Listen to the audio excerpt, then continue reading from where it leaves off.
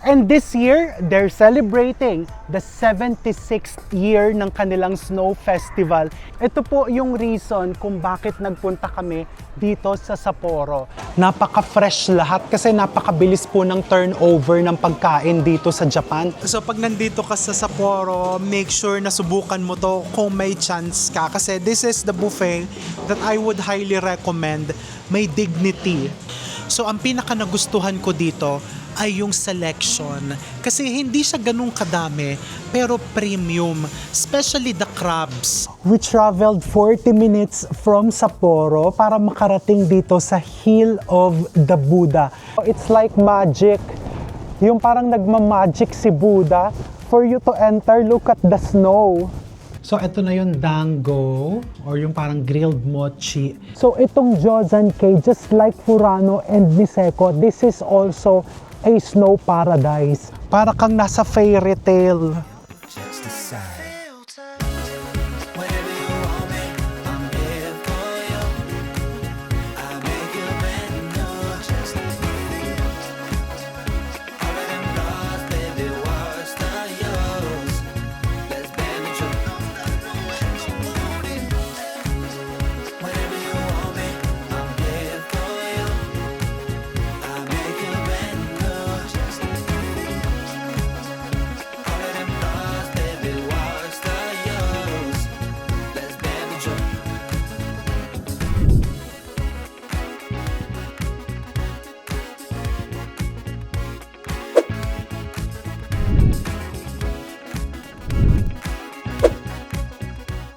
Hello! Welcome to our room in Sapporo. Halika, pasok po.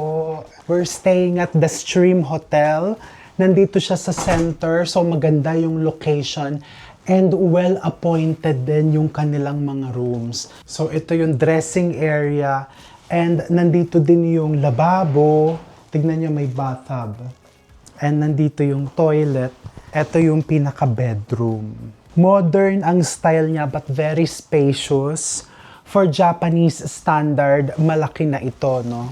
May lounge area dito and look at the view. Hindi ko alam kung anong tawag dyan sa Ferris wheel na yan, pero And maganda din po yung mga amenities doon sa baba. Pwede kang kumuha ng yung mga kailangan mo for toiletries, may mga coffee, tea, doon sa lobby, available yon for the guests. Actually, medyo challenging po yung pagbubook ng hotel dito sa Sapporo kasi this week they are celebrating the Snow Festival.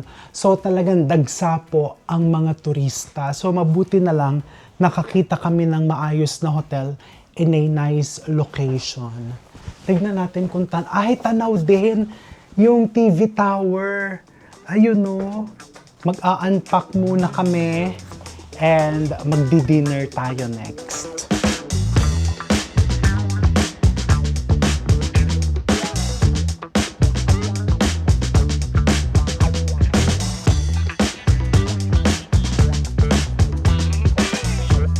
So habang naghahanap tayo ng kakainan for dinner, nandito na tayo sa Pole Town. So this is like an underground mall na may mga links din papunta dun sa kanilang mga train stations. Sa mga cities, very popular po yung mga ganitong undergrounds, especially sa mga cities na may winter. Kasi 'di ba syempre kung ginaw na ginaw ka doon sa taas, 'di ba uso nga dito yung mga snowstorm, yung mga ganoon. Meron kang lalakaran dito sa ilalim that links to the subway sa mga trains nang hindi mo kailangan ginawin or makipagsapalaran sa makapal na yelo doon sa taas. And same thing applies during summertime na mainit. 'Di ba? Oh wow, summertime, tignan nyo, napatapat ako sa gelato. 'Di ba? And ang ganda because most of the stores here are mga local stores.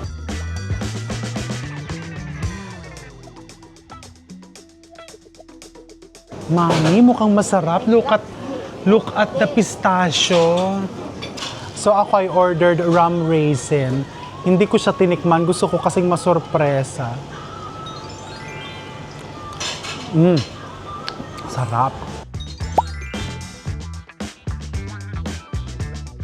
Ayun, mag-hi kayo. Taga saan ho kayo? Manila. Halika ho. Ay, ma-fan. Follower niyo po ako. Yay! Thank you. Enjoy. Enjoy. Oh, thank you. Pag pina-follow ko, masarap talaga. Thank you.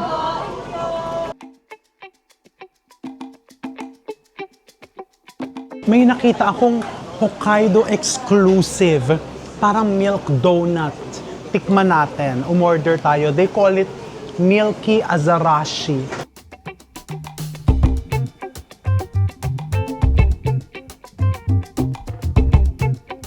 So since nandito tayo sa Hokkaido, na-obsess naman ako sa mga dairy milky products.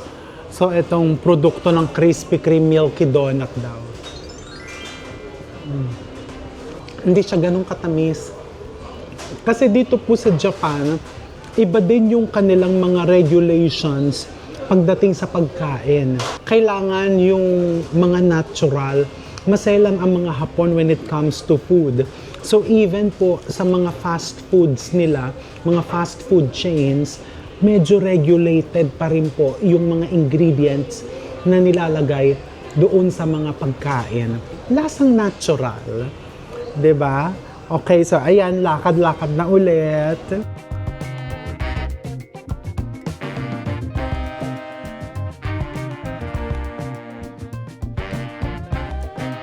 My God! Oh dear. Ayan, paunahin muna natin sila. Tignan natin ang strategy nila. So you have to be confident. Hindi ka dapat titigil para hindi ka magdulas doon sa, ano bang tawag dyan, sa snow na nanigas.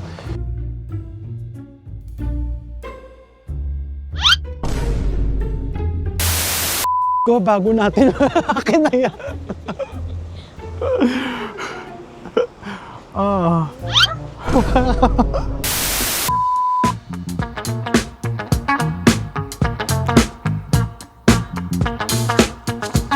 Sapporo is a very beautiful city. Madami kang makakainan, ang shopping is very nice. But if you really want to experience snow paradise, kailangan mong pumunta dun sa mga smaller towns sa paligid, such as Furano, Niseko. So far, yung dalawang yun pa lang na-explore namin. So hindi ko mabanggit yung iba kasi hindi ko pa na-experience. Pero marami po sa paligid. Yung isa, Otaro, is also nice, pero day trip lang po ang gagawin nyo doon. So, yun, kasi makikita mo talaga yung difference, di ba? Sa Furano, para bang umuulan ng pinong yelo, pero dito, umuulan ng dulas. Charot. Ayan, so we will enjoy. I'll just show you the food B-rolls kasi na-feature ko na many times ito. Baka magsawa na kayo.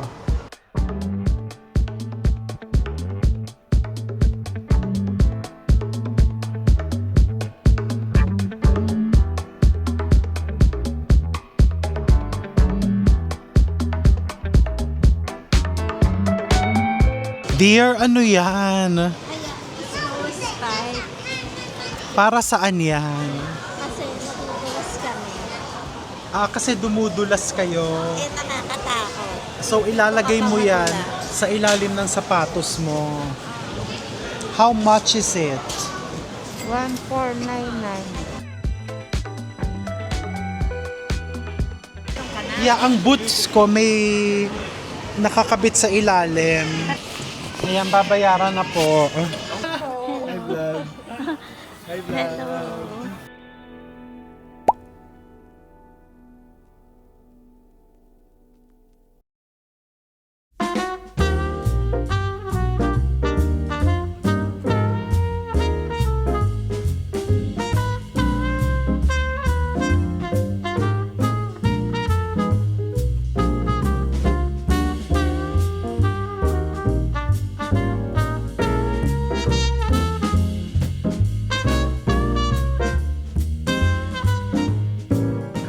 Good morning, Sapporo. We're having our breakfast papakita ko sa inyo yung breakfast spread. Very promising. And ito na yung nasa harapan ko. Yung salad, hiniram ko lang kay Miss Dayan para makulay sa picture. Ayan, tignan nyo naman yung view while having breakfast here. Diba? Maganda tong area na tong napili ni Miss Rosette. Within walking distance lang sa mga sites. And ang gagawin po namin ngayon, free and easy lang kami. So mag-iikot-ikot kami within the city, konting shopping. Sisilipin namin yung mga snow sculptures doon sa park. May dinner reservation kami mamaya at a seafood restaurant. So samahan nyo kami today. But first, we will enjoy our breakfast.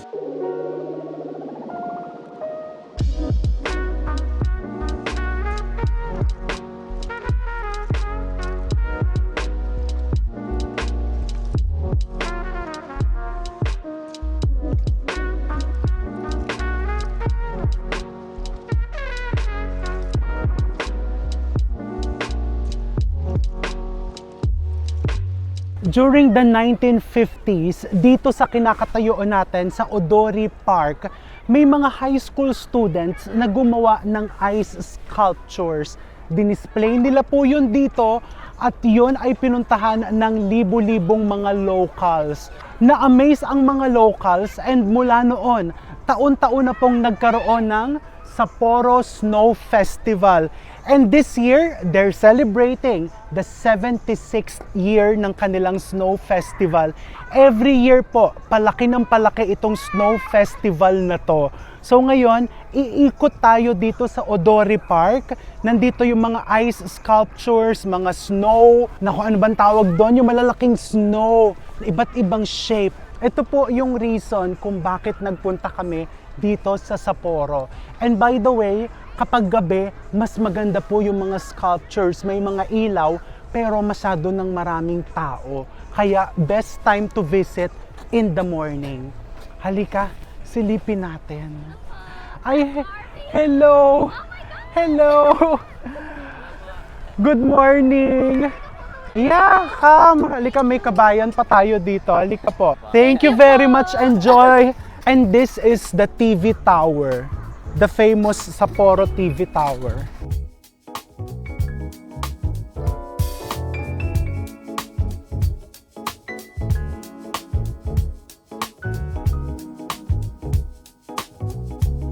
Kaya naman dinadayo talaga ito, hindi lang ng mga local Japanese, kung hindi, ang daming mga Pinoy dito. Kaninang umaga nakita natin dito. All over the world, dumadayo sila for the Snow Festival. Kasi there's a sculpture for everyone. O sa mga kaibigan nating dentista, or simply sa mga mahilig ngumiti, this sculpture is for you. Smile!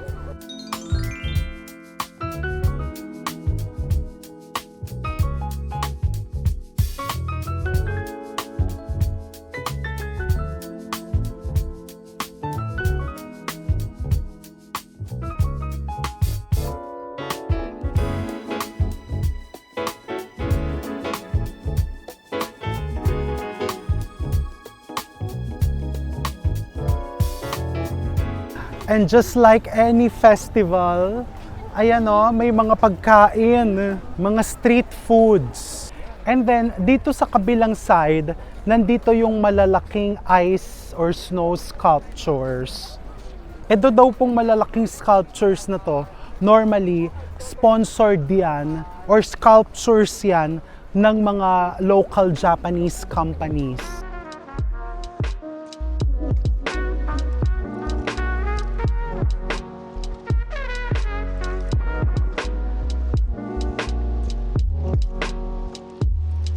So, nandito sa dulo yung ating main sculpture.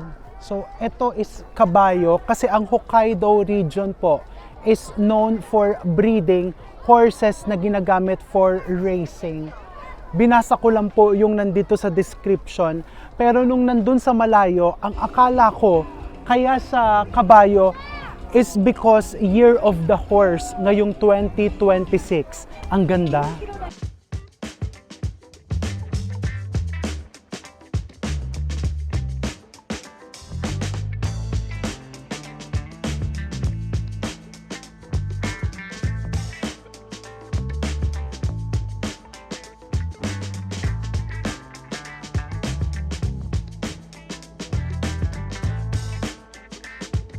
Eto oh, sa mga mahilig din kay QP, ayan pala si QP. And by the way, ang ginagamit po dito, yung mga nandito sa Odori Park, is snow talaga. So just imagine the effort para ma-compact mo yan.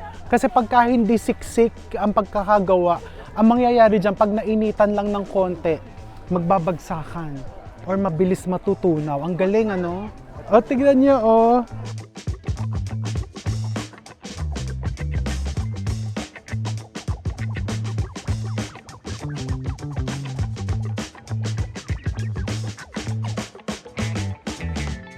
Ito raw pong nasa likod ko is the snow sculpture of the Furukawa Hall ng Hokkaido University. Ang Hokkaido University nandito lang din po sa Sapporo. It's one of the most prestigious universities not only in Japan but in the world. Para makapasok ka doon, even the local Japanese, ibig sabihin, magaling ka talaga. Ang ganda oh, look at the details. I-zoom ko. Ito, parang mapapansin mo, compact na compact talaga yung snow. Parang ang hindi na siya snow eh. Parang ice carving na sa sobrang pagka-compact. And mapapansin mo yung kulay, parang medyo na nasa grayish, greenish. Ang ganda. And you know what? May napanood akong video na sa katapusan ng Snow Festival na binubulldozer yung mga snow sculptures na yan sa katapusan ng ice or ng snow festival.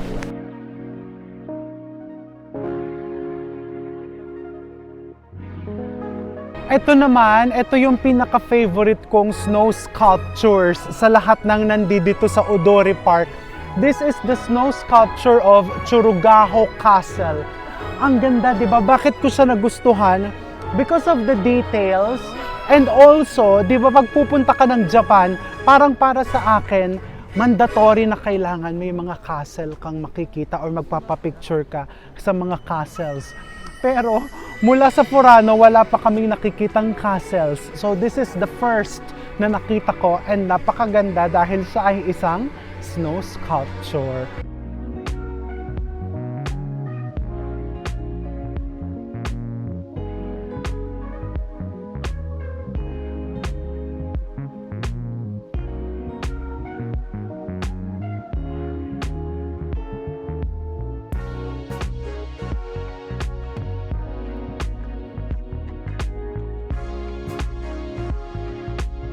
So another must do when you're in Sapporo is umakyat ka dito sa observatory deck ng Sapporo TV Tower and just look at the view.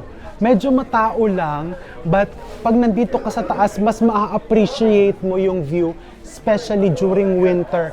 Kasi ayan o, puting-puti lahat. And from here, tanaw mo din yung mga snow sculptures dito sa baba. Ang ganda, nakakatuwa.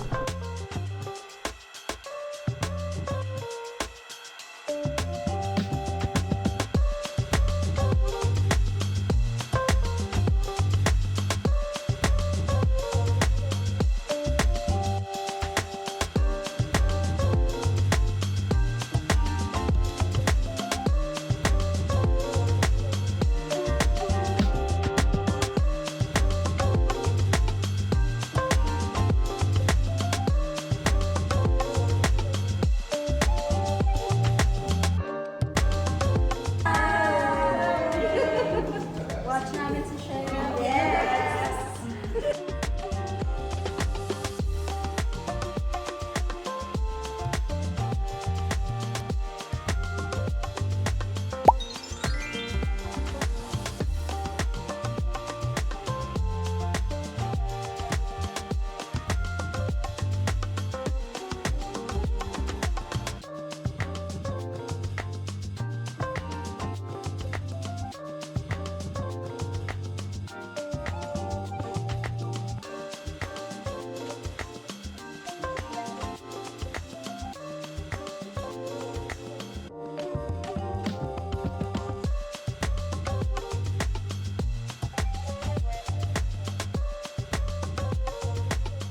So nandito kami sa basement nung hotel building. May dinner reservation kami. Pero habang nagpapalipas kami ng oras, tumitingin-tingin kami dito. Kaya yung mga buildings na yan, here in Japan, always explore the basements. Kasi normally, nandyan yung mga grocery stores, nandyan yung mga food stalls, kagaya nito. Ayan o, yung may mga ready to eat. Ito yung nakita ko kanina, I wanted to buy some. Yung mga handmade na mga tasa-tasa. Hindi siya mura, pero kasi that's the price kapag ka mga handmade. Tignan nyo, oh, ang ganda. 'Di ba? Yung details niya. And itong flower shop na ito, it's all over Japan. And itong Aoyama Flower Market, 'di ba nakakatuwa, oh? Palagi kong sinasabi na kapag ka minsan, ang gagawin naman namin is mag-Airbnb or kukuha ng serviced apartment. And then kapag nagawa namin yon, bibili ko ng flowers from this shop and then ilalagay ko dun sa kitchen. Pero never po nangyari. 'Di ba? Maybe in the future, magagawa namin. Ay, yung mga tinapay. Dongguri.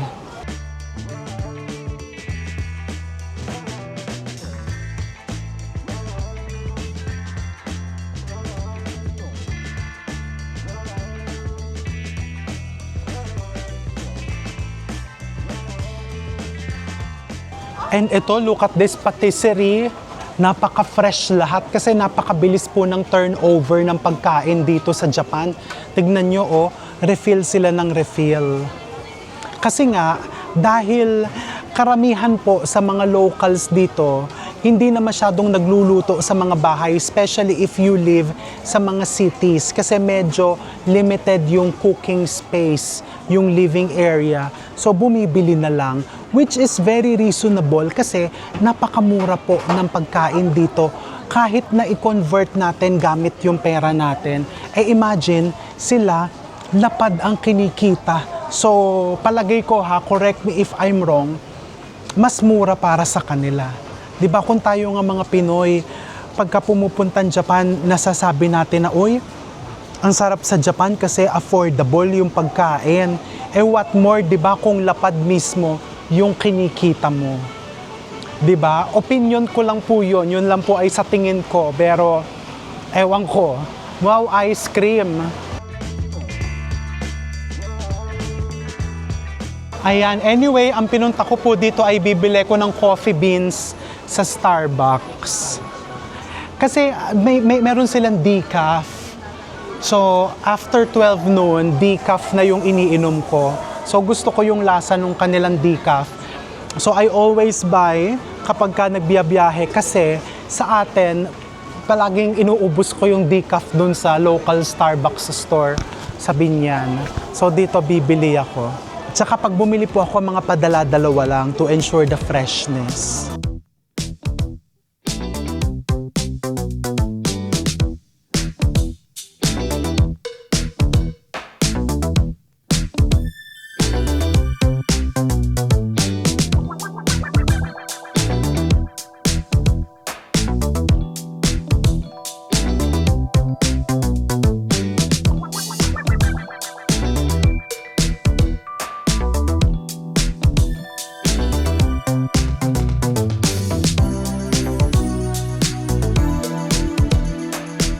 So, nandito tayo sa Seafood Buffet Nanda. Actually, muntikan na kaming hindi makapagpa-reserve. Kasi since it's Snow Festival Week, halos lahat ng restaurants na popular sa mga tourists ay fully booked na. Buti na isingit kami ng hotel. No? So, eto, isa sa mga popular seafood buffet, nagbabasa lang ako online. And susubukan natin kung sulit. Eat all you can crabs and other seafood items. Ipapakita ko po sa inyo pagpasok natin.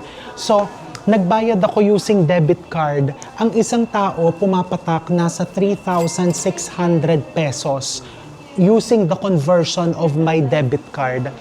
Unlimited soft drinks na po iyon. If you want to avail of the unlimited alcoholic drinks, you have to add approximately 1,400 yen. So that's only about 500 to 600 pesos. Affordable na din. Anyway, we are waiting for Rosette, Nanay Rose, and Diane. and then pumasok na tayo doon and subukan natin. 90 minutes po yun yung kinuha ko na sa pera natin ay 3,600 pesos. May 70 minutes din. Yung 70 minutes, it's cheaper. Pero cheaper lang ng kung magkano. Pero kasi di ba baka ka mabitin. So ayan, hintayin natin sila and then ipapakita ko sa inyo kung ano ang selection doon sa loob.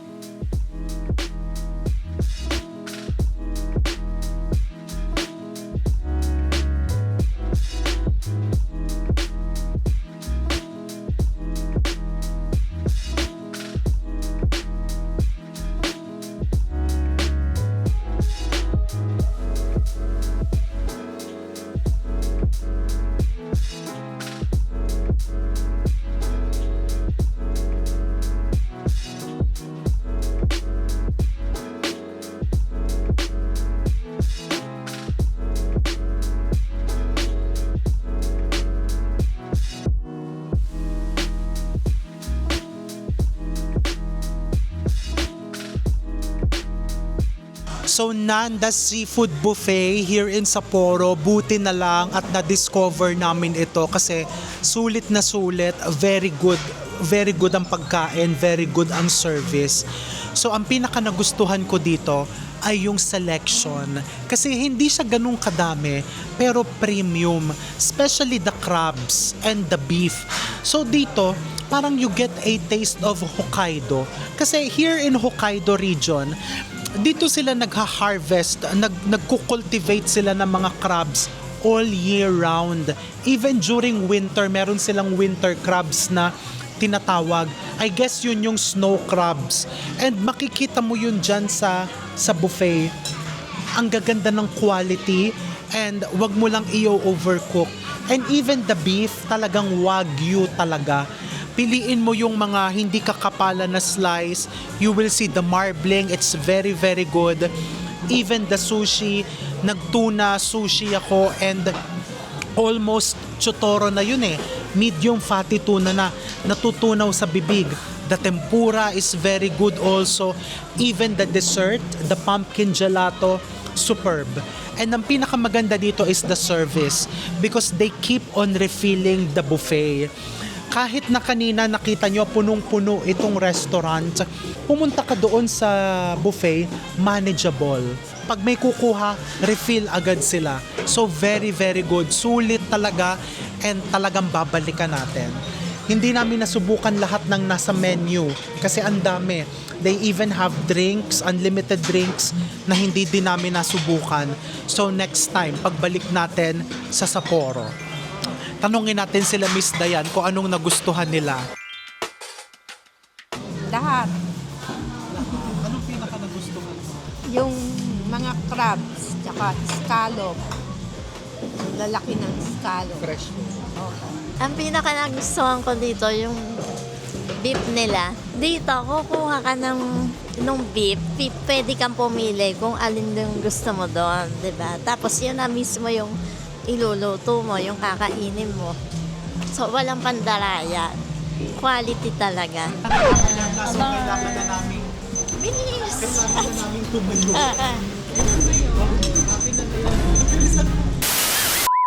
So pag nandito ka sa Sapporo, make sure na subukan mo to kung may chance ka. Kasi this is the buffet that I would highly recommend. May dignity. Ano ibig sabihin nun? Yung hindi ka bibitinin. Hindi mo kailangang magpaulit-ulit humingi ng tempura. Hindi mo kailangan magpaulit-ulit mag-request. Kasi kaya nga po, eat all you can. Eat all you can. Good night!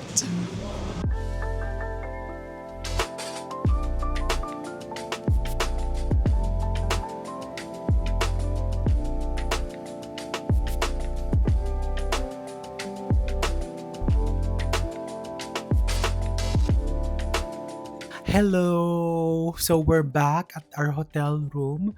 So ang ganda talaga nitong hotel na to. The location is just perfect. Ito lang yung comment ko and siguro warning doon sa mga nagbabalak magstay dito, medyo mahina po yung soundproofing nung room. Ipaparinig ko sa inyo.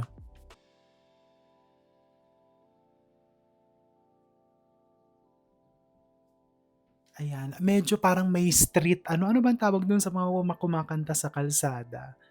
Yung mga tumutugtog, medyo may ganun kasi dito. It's a very busy area, and we are on the 14th floor, pero rinig po dito yon.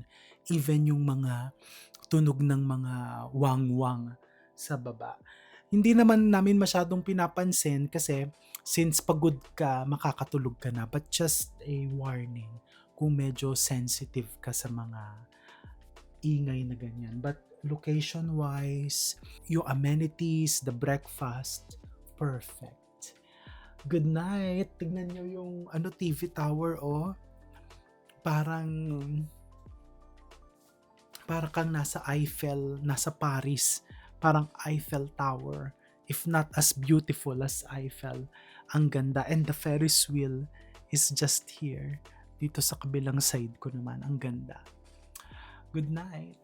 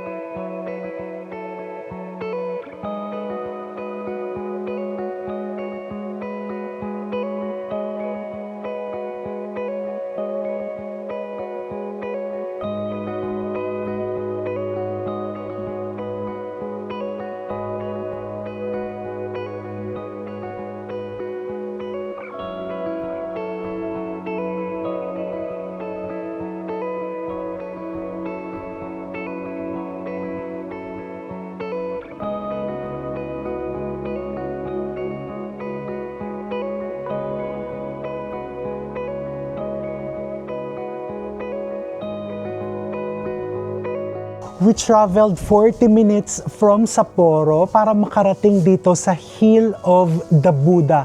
So, sementeryo po ito, and nandito yung hidden Buddha. Pupuntahan natin maya-maya.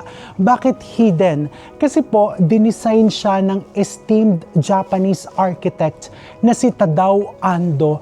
At ang kanyang inspiration is talagang nakatago yung Buddha. Kasi daw, kapag hindi natin nakikita, mas naku-curious yung ating imahinasyon. So halika, ayan, tignan natin.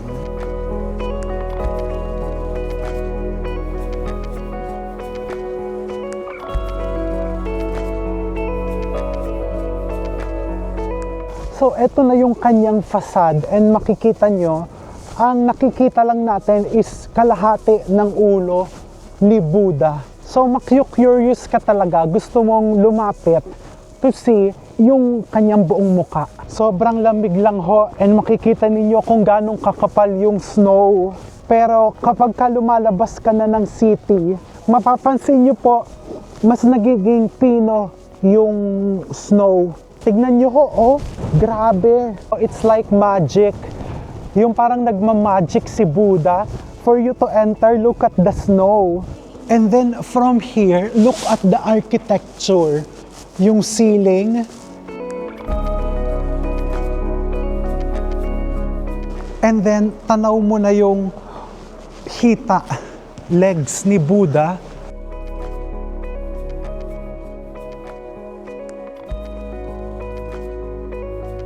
And as you enter, makikita mo na yung buong Buddha. Ang ganda. Dear, this is amazing. Hello, good morning. Hi, hello. Good morning. Yes.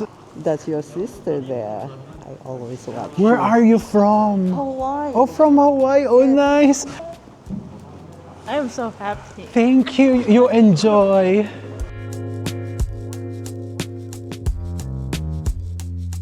Oh, so when you do this, parang nag-o-offer ka ng sound. Offer the sound of the orin to the Buddha as a sign of your visit.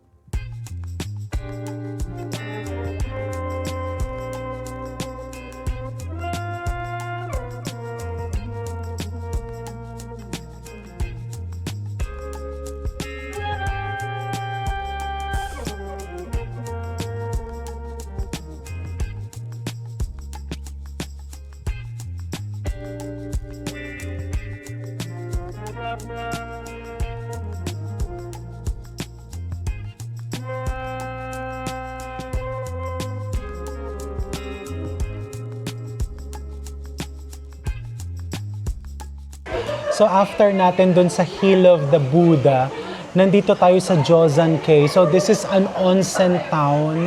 Pero ang gagawin natin dito, magpapa-picture-picture dun sa labas kaso ang lakas po ng snow. So magla-lunch muna tayo. This restaurant is called Kuyute. Ang specialty po niya ay tempura and mga soba. Pwede din kasing salt lang para lang ma-enhance yung natural flavor ng tempura. And uulitin ko po ha, ang tempura is a combination cooking method. It's frying and steaming. Kasi by frying it at a very hot temperature, nasi-steam yung loob. Kaya very moist yung shrimp. Ang sarap. Ito na yung best tempura natin dito sa trip na to. Tikman nyo.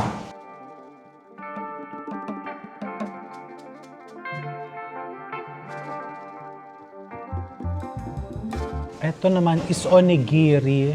May salmon siya sa loob.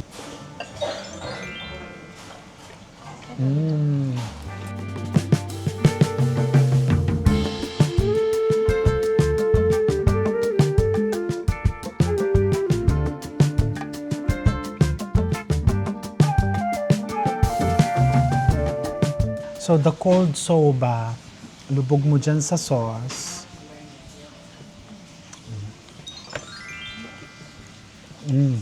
Masarap yung kanilang noodles, yung soba. Very firm. Yun ang maganda dito sa Japan, yung pagka talagang sinabing specialty nila yung ganon.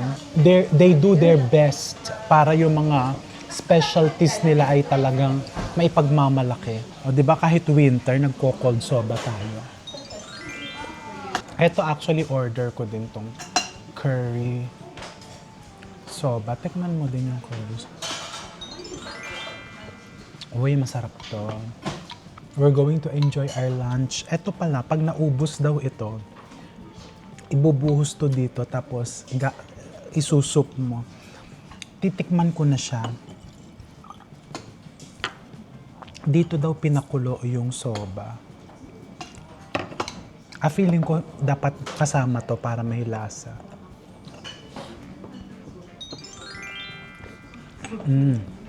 Sarap. We'll enjoy.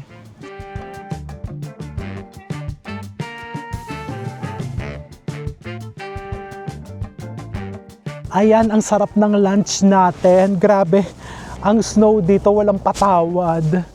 So nandito ulit tayo sa Josan Cave. Now let's look for a place to get dessert. So itong Josan Cave, just like Furano and Niseko, this is also a snow paradise. So malapit lang sa Sapporo, mga 45 to 60 minutes. So kung gusto mo ng ibang scenery, pwede kang pumunta dito.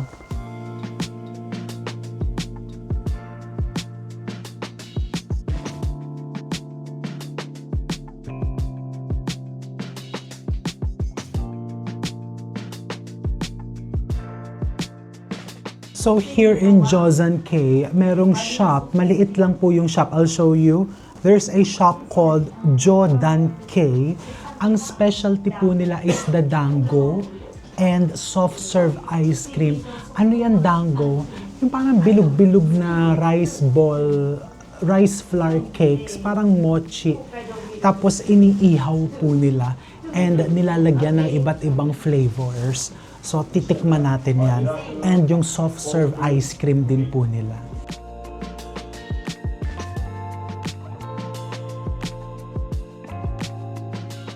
So, this soft serve is seaweed salt. Ang sarap. Oo, dried seaweed din. Ang binibigay na kutsarita or pangsandok. You know the flavor, walang lansa. It's more on the umami nung konbu, nung seaweed. And yung saltiness balances the creaminess of the Hokkaido milk. So this is perfect. First time ko nakatikim.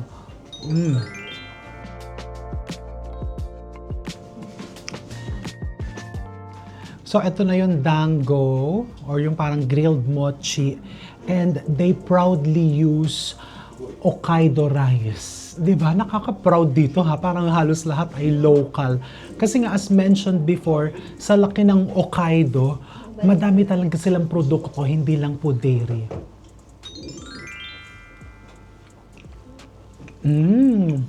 Alam mo, parang bilo-bilo na inihaw. Bilo-bilo na inihaw, dear. Ayan, pinapasayin tayo. Okay, let's go. Thank you.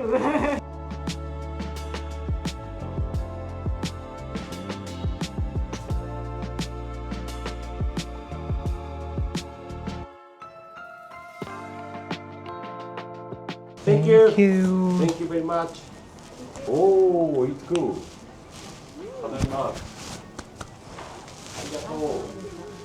Ayun, din-display nila doon. Sana ako din. Ano, ikaw din. Huwag ka mag-alala. Huwag ka mag-alala, ikaw din.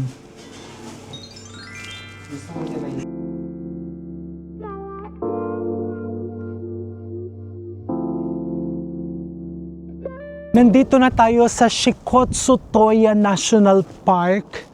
This is an onsen park, pero hindi naman po tayo mag-o-onsen, magpipicture-picture lang tayo. Sa Joseon K pa rin po ito. Halika, napakaganda. Para kang nasa fairy tale. Wow. Tignan mo to, parang mga marshmallows. Dear, tignan mo to, dear. Parang marshmallows. 'Di ba? Parang dollops of marshmallows or whipped cream. 'Di ba? Sa isang region lang 'yan, imagine. Each city or town dito sa Hokkaido may kanya-kanyang characteristic, unique characteristic. So, maglalakad tayo, pupuntahan natin yung suspension bridge.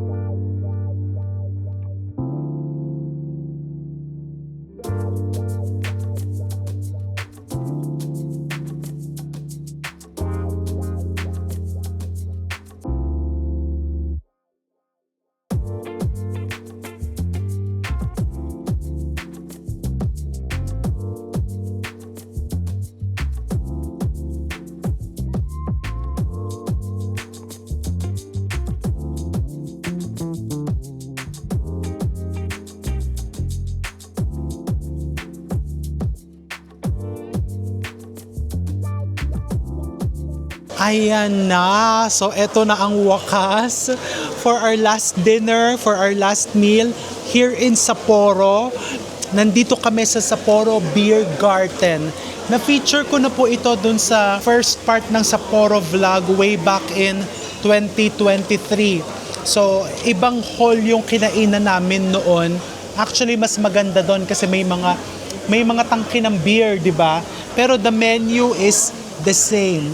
So ayan, I'm going to show you the foods. This is a must visit when you are in Sapporo kasi ang ganda din dun sa labas and very festive dito sa loob and may beer all you can. Yun ang kay Miss Dayan and kay Larry. So we are going to enjoy our dinner and maraming salamat for joining us sa aming Forano and Sapporo trip. Bukas ang flight namin sa hapon pa but tomorrow morning we're going to do some shopping. Hindi ko na ipapakita yun sa inyo. So thank you. We'll see you.